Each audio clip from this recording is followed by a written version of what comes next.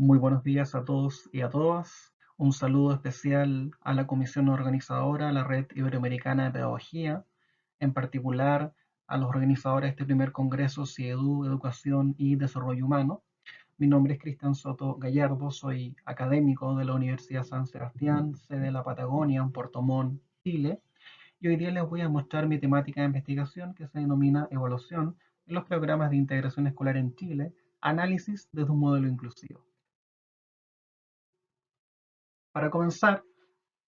es relevante mencionar algunos hitos que son relevantes en el contexto de la atención a la diversidad. Entre ellos, por ejemplo, el informe Warnock del año 1978, en donde se define este concepto denominado normalización, ya que permite que particularmente las personas con discapacidad puedan ingresar y puedan ser parte de las escuelas regulares. Esto se complementa con la Declaración de Salamanca del año 94, donde se empiezan a esgrimir los primeros elementos que hacen alusión al concepto de una escuela inclusiva, una escuela donde no es el alumno el que se adecua a la escuela, sino es la escuela la que se adapta a las características de sus estudiantes. Esto se complementa con luego el informe hecho y levantamiento de información realizado a nivel mundial en la Declaración de Educación para Todos, tanto del año 90 como en su revisión del año 2000. Es importante mencionar que estas y otras políticas que se han desarrollado y estudios en periodos anteriores han impactado en políticas educativas de diversos países, ¿ya? Procurando, como plantea Booth y Hines como en el año 2015, justamente la eliminación de barreras para el aprendizaje y la participación, ¿ya? De manera que aquellos estudiantes que presentan algunas dificultades para acceder al aprendizaje vean potenciar sus posibilidades en la medida que los sistemas se van adecuando y se van ajustando a sus características de aprendizaje. Esto lo manifiesta de muy buena forma la UNESCO el año 2016, cuando hace referencia a que se debe hacer frente a todas las formas de exclusión y marginación, las disparidades y las desigualdades en el acceso, la participación y los resultados de aprendizaje. Es más, la UNESCO menciona que ninguna meta educativa se debiera considerar lograda si esa no ha sido lograda para todos y para todas. En el caso particular de Chile, estas estrategias de atención a la diversidad se han manejado a través de los denominados programas de integración escolar, ¿ya? Estos programas, tal como plantea el Mineduc 2013, buscan favorecer la presencia y participación en la sala de clases, el logro de objetivos de aprendizaje y la trayectoria educativa de todos y cada uno de los estudiantes. Finalmente, el foco que todos los estudiantes, independientes de sus características individuales, tengan la posibilidad de aprender, ¿ya? Este programa de integración data aproximadamente del año 98, a partir justamente de la promulgación del decreto 1 del año 98, pero se afianza y se consolida como un programa como tal a través de la promulgación del decreto 170 del año 2009, decreto que a su vez nace a la ley de una ley de subvenciones, que es la ley 20.201 del año 2007. Uno de los principales elementos innovadores que incorpora justamente este decreto tiene que ver con los procesos de incorporación de estudiantes a estos programas, ¿ya? Que son justamente los que prestan dichos apoyos, ¿ya? Este proceso de incorporación se denomina evaluación diagnóstica integral, ¿ya? Y según el Mineduc también 2013, lo define como un proceso o un abordaje de carácter interdisciplinario que está enfocado justamente a la prestación de apoyo a los estudiantes. Es decir, se intenta justamente dar respuesta a las necesidades de los estudiantes a partir de ciertos ajustes donde participan diversos profesionales que son justamente partícipes de este proceso tanto evolutivo como luego de intervención. Para dar mayores referencias respecto justamente de cómo opera este mecanismo en el contexto nacional, hay que decir que primero esto parte desde un modelo de carácter ecológico, ¿sí? Y este modelo de carácter ecológico está basado justamente en las ideas de un pionero en este ámbito como Bronfenbrenner en el año 1987, el que parte de la base de que el contexto que rodea al sujeto tiene un rol fundamental en el resultado mismo que tenga esta persona, este estudiante, este niño o esta niña, ¿ya? Por tanto, cuando uno piensa en el sujeto, no solamente debe pensar en sus características individuales, sino también en cómo el contexto, la comunidad, la familia, los pares, los profesores participan de este proceso de estimulación. Esto significa transitar desde un modelo denominado biomédico a un modelo social e inclusivo que potencia la participación y potencia el aprendizaje. Esto en palabras justamente de Booth y Anscombe en el año 2015. En la práctica esto significa que dejamos de ver al estudiante como un sujeto que presenta una patología, dejamos de enfocarnos en el diagnóstico para transitar hacia un modelo que pone foco en los apoyos que este alumno requiere para progresar en el sistema y por tanto las barreras que hay que eliminar o hay que reducir para que esto suceda. El foco, justamente como menciono, está puesto en los apoyos y esos apoyos tienen un sentido concreto y ese sentido concreto tiene que ver con mejorar la calidad de vida. Finalmente, todo acto o hecho educativo tiene sentido en la medida que permite que esa persona pueda desarrollar sus talentos y por tanto pueda mejorar su calidad de vida en el contexto de una vida autónoma. Además, es importante mencionar que en este proceso participan tanto profesores de educación diferencial, profesores de educación básica, la familia, asistentes de la educación, profesionales de la salud en general, ¿ya? Y que se realiza en fases que justamente se van a mencionar un poco más adelante, fases que están desarrolladas justamente por Vidal y Manjón el año 1998. Justamente haciendo alusión a estas fases, existe una fase denominada inicial, ¿ya? Que da cuenta justamente de una primera exploración que se hace con el estudiante, y eso implica, por ejemplo, conocer cuáles son las características de aprendizaje de ese estudiante, cuáles son sus estilos cognitivos, cuáles son las características del contexto de aula y también cuáles son las características o las formas de enseñanza dentro de ese contexto. El sentido que tiene justamente esta evaluación inicial es encontrar desajustes que se producen entre las características de aprendizaje y las formas de enseñanza dadas en un contexto determinado. Esto parte de la base además de que no todo estudiante que presenta alguna dificultad en su proceso de aprendizaje tiene una necesidad educativa especial, sino que muchas veces estas necesidades surgen justamente en la interacción con el contexto. Cuando el estudiante pasa por este proceso de evaluación inicial, cuando a partir de este proceso los docentes generan ajustes que permiten resolver las problemáticas y esto efectivamente en el tiempo no tiene resultado, se pasa a una segunda fase de evaluación que es mucho más especializada. Y es aquí donde participan otros profesionales y el foco está puesto justamente en la acreditación de una necesidad educativa especial, ¿ya? Es aquí justamente cuando se desarrolla un enfoque de carácter interdisciplinario, donde pueden participar profesores de educación diferencial, psicólogos, fonoaudiólogos, neurólogos, médicos pediatras, en fin, ¿ya? Cualquier profesional que pueda entregar información respecto de cuáles son las características del estudiante, cuál sería eventualmente la necesidad educativa especial que presenta este, poniendo foco efectivamente más bien ahora en el diagnóstico y en la acreditación de dicho diagnóstico. ¿Por qué? Porque la normativa justamente, a partir del decreto con fuerza de ley número 2 del año 1998, da cuenta de que la acreditación de esta necesidad educativa especial permite al establecimiento recibir o impetrar una subvención escolar por ese estudiante, que es equivalente justamente a un monto en dinero que se entrega en relación justamente al diagnóstico que se haya establecido con ese estudiante. Este sistema, definido justamente por el decreto 170, ha sido muy cuestionado por muchos estudiosos del tema y particularmente también por muchos docentes y por muchos profesionales vinculados a la educación. Aquí, por ejemplo, tenemos una cita de la autora Peña 2011 que dice que el proceso de inclusión y prestación de apoyo responde a un modelo de subvención a la demanda que se centra en decisiones biomédicas que permiten el acceso a una subvención estatal que significa una tecnologización de los mecanismos de atención a la diversidad, lo cual implica que el foco se ha puesto fundamentalmente en aquellos aspectos de carácter económico más que en aquellos aspectos de carácter pedagógico, dejando de lado justamente la prestación de apoyo a los estudiantes por un proceso más bien de priorización económica asociada a la cantidad de recursos que cada escuela recibe.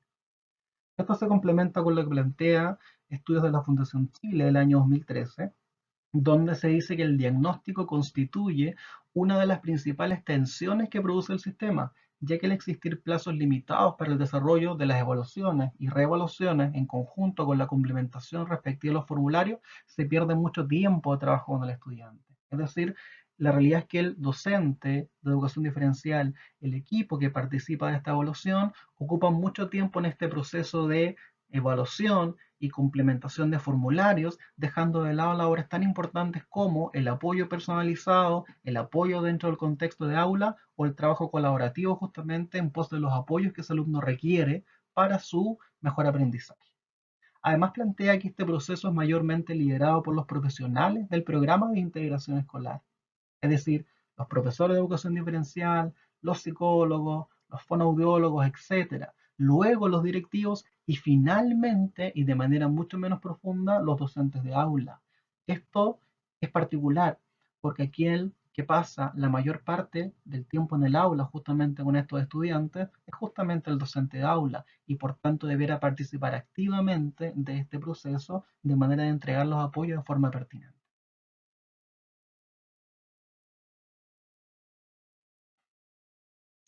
Por otra parte, Peña 2013 también afirma que las acciones impulsadas por el decreto 170, que regula el acceso y permanencia en estos programas, se basan en un sistema de voucher, que más bien apuesta por una lógica positivista en el proceso de atención a la diversidad. Es decir, se insiste que se ha entendido este proceso justamente como una forma de asignar recursos de acuerdo a las necesidades que plantea el estudiante en relación a una mirada más bien patológica del proceso, en donde lo que prima es una mirada médica que da cuenta justamente de un diagnóstico y por tanto de los apoyos que ese alumno requeriría en función de un diagnóstico determinado, lo que se aleja de lo que propone justamente un modelo de escuela inclusiva.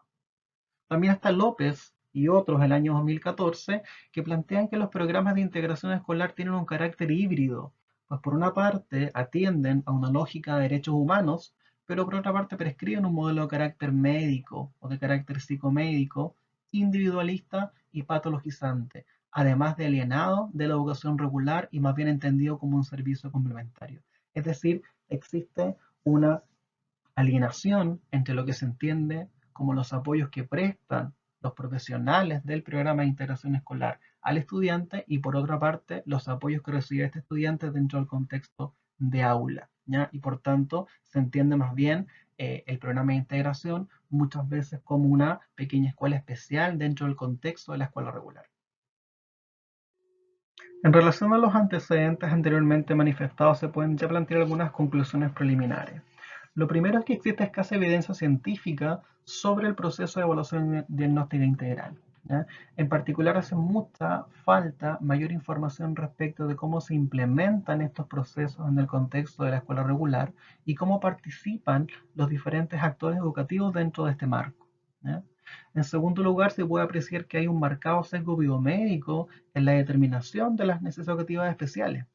lo cual aparentemente es contradictorio con respecto justamente a el modelo que hay detrás que tiene que ver justamente con un paradigma inclusivo asociado justamente a la mejora de la calidad de vida, como ya antes habíamos mencionado según Chalo que el año 2009. ¿Eh? Por otra parte, los supuestos de base de la evaluación diagnóstica integral aparentemente no han promovido realmente el diseño de los apoyos y la respuesta educativa para los niños y niñas con algún tipo de necesidad educativa especial en Chile, ¿ya? Y más bien esto nos ha operado como un proceso de carácter administrativo y de carácter gerencialista, ¿ya? Que ha puesto foco más bien en los recursos, ¿ya? En la contratación de recursos humanos,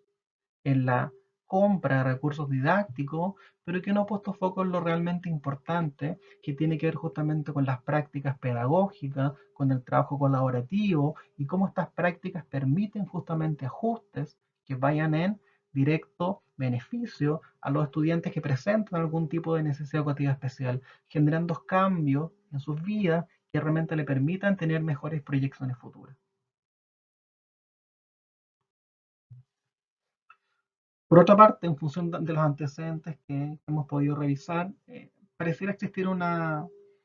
escisión, una contradicción, ¿cierto? Una digregación entre lo que dice la norma y lo que hace la práctica educativa, ¿ya? Aparentemente la norma nace desde un modelo inclusivo, propende a la eliminación o la reducción de barreras para el aprendizaje y la participación, promueve el trabajo colaborativo. Sin embargo, en la práctica, desde el punto de vista operativo, de aquellos elementos que justamente dan cuenta de cómo llevar a cabo estos procedimientos en el aula, pareciera que más bien lo que prima son los procesos de carácter administrativo, la complementación de formularios, ¿ya? la muestra de evidencias para efectos del cumplimiento de la cantidad de horas de atención que requiere cada estudiante, pero no se ha puesto foco realmente en lo importante que tiene que ver justamente con las prácticas, cómo estas prácticas están realmente aportando a la mejora de los aprendizajes en estos estudiantes, ¿ya? Por tanto, la verdad es que no existe claridad con respecto a que si el sistema que se está implementando efectivamente está promoviendo, como se plantea teóricamente, la prestación de apoyo a los estudiantes. No sabemos si la información que surge de este proceso de evaluación diagnóstica integral, que implica la participación de diversos profesionales, luego son considerados para efecto de la generación de planes que permitan que este estudiante, dentro del contexto de la escuela regular, pueda recibir los apoyos y los ajustes que sean necesarios para el desarrollo de aprendizaje. Por último, pareciera ser que además en este proceso de revisión de las normativas eh, hay un actor que de alguna forma está ausente y que nos parece o me parece fundamental dentro de este marco que tiene que ver con el docente. Falta escuchar la voz del docente, el análisis que el propio docente hace de este proceso de implementación y cuáles son también las barreras, las dificultades, las limitaciones y los aciertos que ellos también observan en este proceso respecto de cómo ellos los viven dentro del contexto de la escuela y dentro del contexto del aula en particular. Por tanto, se debe hacer una revisión que no parta simplemente del punto de vista de los expertos, sino que parta de la base de quienes implementan directamente estas políticas. Por tanto, el análisis tiene que surgir desde el interior de las comunidades y no fuera de ellas. En relación a todo lo anterior, se puede plantear como una hipótesis inicial desde una mirada crítica, por lo demás, que los mecanismos establecidos por la evaluación diagnóstica integral en Chile no han promovido el diseño de los apoyos y la respuesta educativa para los niños y niñas con necesidades educativas especiales, sino que más bien han operado como un proceso administrativo de carácter gerencialista, orientado a la obtención de recursos y descontextualizado del proceso educativo. Es así, y tomando en cuenta de que lo que se presenta en esta ocasión tiene que ver con la primera parte de una investigación que está en proceso aún, ¿ya? Es que se plantea la necesidad de poder escuchar la voz de los docentes y profundizar en el fenómeno a partir justamente de quienes actúan directamente e interactúan directamente con los estudiantes y con estas normativas cotidianamente, ¿ya? Y por tanto se hace necesario revisar la factibilidad de estas políticas desde la mirada de los docentes, particularmente de los docentes de educación diferencial y los profesores de aula, que son aquellos agentes que justamente son protagonistas dentro de este enfoque, ¿ya? Muchas gracias por su atención, ¿ya? Espero que les haya sido útil la presentación y que les permita reflexionar sobre una temática que es atingente y sobre la cual hay que seguir profundizando, seguir investigando, porque es necesario si efectivamente queremos lograr una escuela que realmente sea inclusiva y que realmente entregue oportunidades a todas y todas las estudiantes. Muchas gracias por su atención. Nuevamente, muchas gracias a la Comisión Red Iberoamericana de Pedagogía. Un gusto. Saludos.